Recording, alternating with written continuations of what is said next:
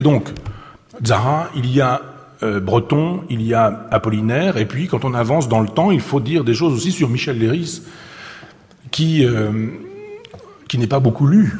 Les gens lisent assez peu Leiris, ou du moins lisent pas vraiment ce qu'il y a à lire, alors que, outre les choses qui renvoient à l'autobiographie, je songe à la règle du jeu, aux multiples volumes de la règle du jeu, ça fait aujourd'hui un volume de Pléiade, je songe aux textes qui renvoient à l'Afrique. Par exemple, l'Afrique fantôme, qui résume son expédition scientifique, ou qui la raconte du moins, une expédition qu'il fait d'ouest en est de l'Afrique. Il part de Dakar pour arriver à Djibouti, et ce entre 1931 et 1933.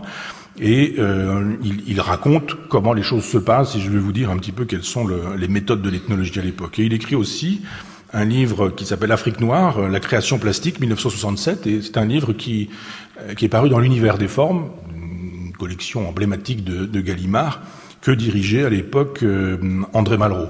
Et il a, par la suite, estimé que ce texte-là ne convenait plus. Il en a exigé du moins qu'on ne le réimprime pas.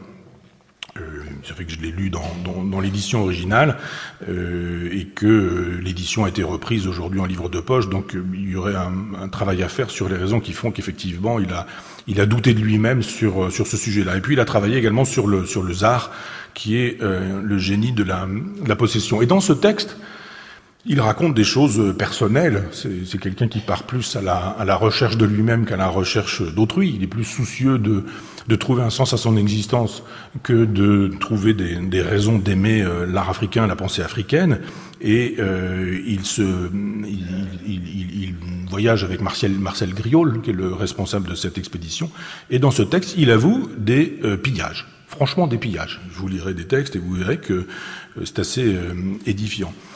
Il part en esthète, lui aussi, en esthète qui s'ennuie, et l'essentiel de la vie de Michel Leiris consiste à se regarder le nombril pour se demander s'il doit se suicider ou pas se suicider, raconter ses expériences sexuelles, ses moments d'impuissance, ses incapacités à parvenir à l'acte sexuel. C'est assez long et parfois ennuyeux, mais c'est bien, c'est snob, c'est parisien, ça fait partie de l'époque, et il faudrait aimer Michel Leiris pour cette raison-là. Moi, je souhaite que quand on aille voir les textes qu'il écrit sur l'Afrique, on puisse lire la totalité des textes et voir ce qu'était la méthode. Donc évidemment, il y a des considérations sur le voyage comme expérience corporelle. Il fait extrêmement chaud, évidemment, on manque d'hygiène, il y a du paludisme, la fièvre jaune, les diarrhées, on se fait dépouiller, rançonner, éventuellement assassiner, et 4 équipiers de cette aventure arrêtent en cours de route.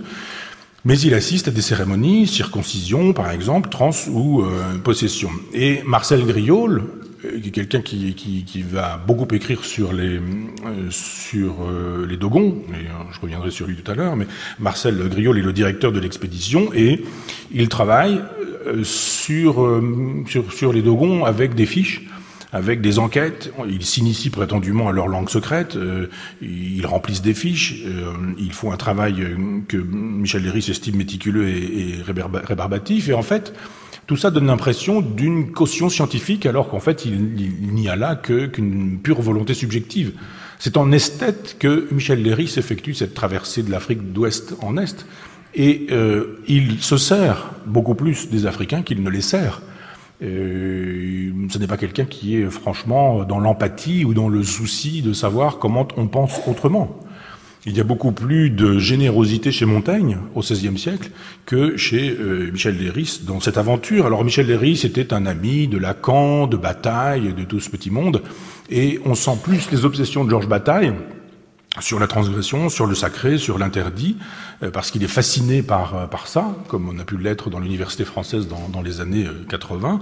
Du moins, quand j'étais à Caen, il y avait une fascination pour Sade et pour Bataille. C'était des héros. Je n'ai pas touché à Georges Bataille. On trouvait que Ma mère, l'histoire de l'œil, enfin toutes ces choses-là, c'était extraordinaire.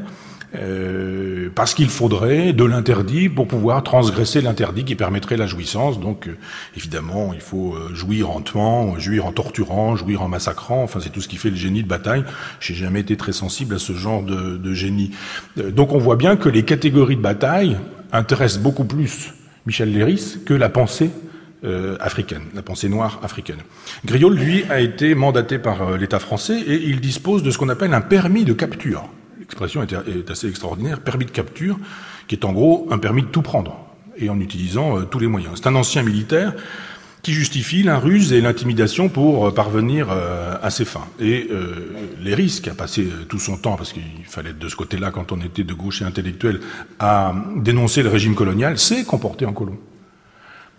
Donc évidemment, on dénonce le régime colonial, mais quand on est sur place et qu'on pourrait se comporter autrement, eh bien on se comporte en colon et on spolie les Africains de leurs propres biens, mais sous prétexte qu'on effectue ce genre de choses pour leurs biens. C'est pour le bien des Africains qu'on les vole, qu'on les pille, etc. Et l'équipe ramasse pendant son voyage un grand nombre d'objets, des masques, des statuettes, des poteries, des instruments de musique, des animaux morts ou vivants, et puis également 70 crânes qui sont étudiés avec les méthodes raciales du moment. On est dans les années 30. Donc les crânes, ce sont quand même des personnes qui ont vécu, pas seulement un objet anthropométrique, un objet de craniologie, un objet de phrénologie, c'est d'abord la trace de quelqu'un qui est mort. Donc rapporter 70 crânes, c'est dans la perspective animiste des Africains commettre des choses assez terribles. Et Griaule nous dit qu'il a rapporté à peu près 3500 objets pour le musée du Trocadéro. Et que, finalement, quand on compte, ça fait une moyenne de 3 objets volés par jour pendant 3 ans. Tous les jours, 3 objets volés en Afrique. L'Afrique fantôme, qui est le titre donc du livre de Michel Léris, parle de leur passage au Soudan, et Léris lui-même parle d'une véritable rafle. C'est son expression. Il y a le pillage d'un kono. Un kono, c'est un hôtel, mais en pays Bambara, le 6 septembre 1931. Le kono, donc un hôtel avec des niches qui sont remplies de crânes. Il est sacré, il est tabou, c'est-à-dire qu'on n'y touche pas sans précaution particulière. C'est le prêtre, en tant qu'il est initié, qui peut le faire dans certaines circonstances et certaines occasions. Les femmes, par exemple, ou les enfants qui ne sont pas circoncis ne doivent pas voir le kono sous peine de mort. On y trouve aussi des os d'animaux sacrifiés qui sont recouverts de sang séché et de terre, une petite croûte que connaissent les collectionneurs d'art africain. On trouve également dans ce petit hôtel une calebasse avec des flûtes en corne, en bois, en fer ou en cuivre et un masque. Pour y entrer, d'abord il faut théoriquement être un officiant de ce propre culte, mais pour y entrer, si on y est invité, il faut faire un sacrifice, il faut égorger un poulet. Donc Griaule veut bien, mais il faut chercher le poulet dans le village, et on le cherche, on ne le trouve pas. Griaule trouve que le temps est long, il viole sa parole, il rentre dans l'édifice, fouille les calebasses, vole 2 flûtes et les met dans ses bottes, et il sort en menaçant le chef de représailles s'il ne vend pas son kono pour rien du tout.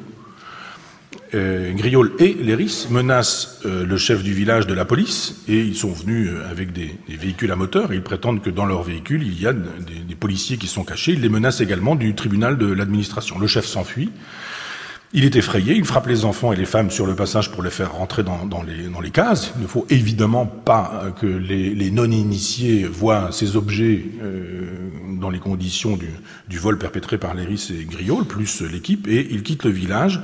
Léris et Griaule, et là c'est une citation de Michel Léris, paraît d'une auréole de démons ou de salauds particulièrement osés.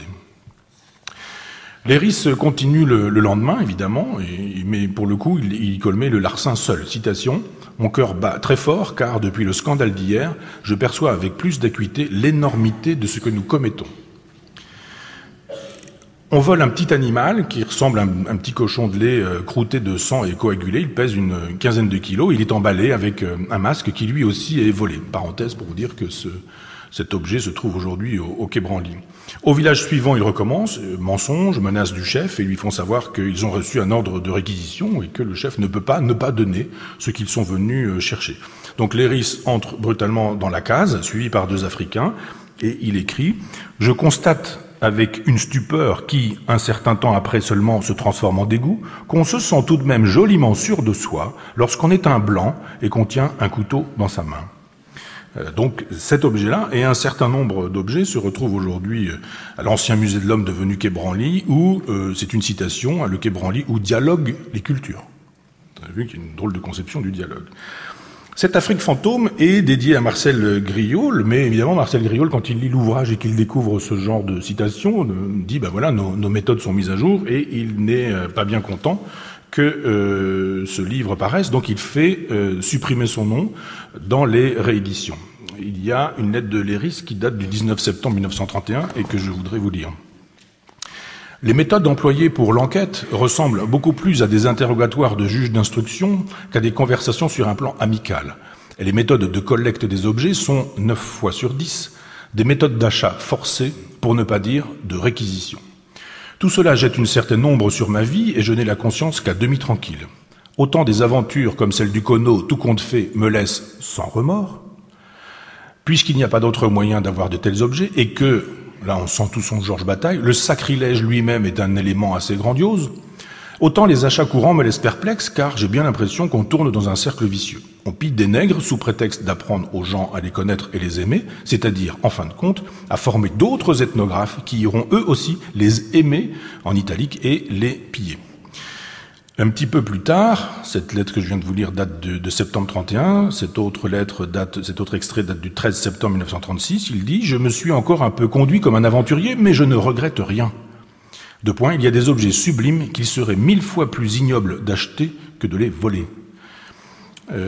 Il oublie à cette époque-là que quelques années plus tôt, 4 années notamment, c'était en 1932, qu'il avait pris position contre André Malraux, qui, à cette époque, s'était fait connaître en mutilant un temple cambodgien pour voler des statues khmères et pour faire de telle sorte que cette caisse remplie de statues khmères puisse venir en France pour que Malraux, qui était à l'époque un peu dilettante, puisse vivre uniquement en revendant de l'art khmer. À cette époque-là, Malraux, qui n'est pas connu, est condamné à 3 ans de prison et il est soutenu par le gratin littéraire parisien, Mauriac, Arlan, Paulan, Mauroy, Soupeau, Aragon, Gaston Gallimard lui-même et André Breton, qui était l'initiateur de la pétition, et André Malraux pour avoir mutilé des statues, mutilé un temple khmer, pour avoir volé des statues, alors qu'il avait été condamné à 3 ans de prison, verra sa peine transformée en 1 année de prison avec sursis. Quand Léris et Marcel Griaule arrivent en Abyssinie, ils volent les fresques de l'église Abba Antonios, qui est une fresque qui date du XVIIe siècle, et plutôt que de dire qu'ils volent, qu'ils pillent, Léris a une expression assez extraordinaire, il parle de démaroufler les peintures. Donc il démaroufle, et il les remplace par des copies éblouissantes, dit Michel Léris, qui sont faites à la chaîne. Donc vous voyez la méthode, on arrive, on arrache, on embarque, et puis on fait des copies vite fait bien fait, et on accroche les copies à la place de ces fresques qu'on aura démarouflées.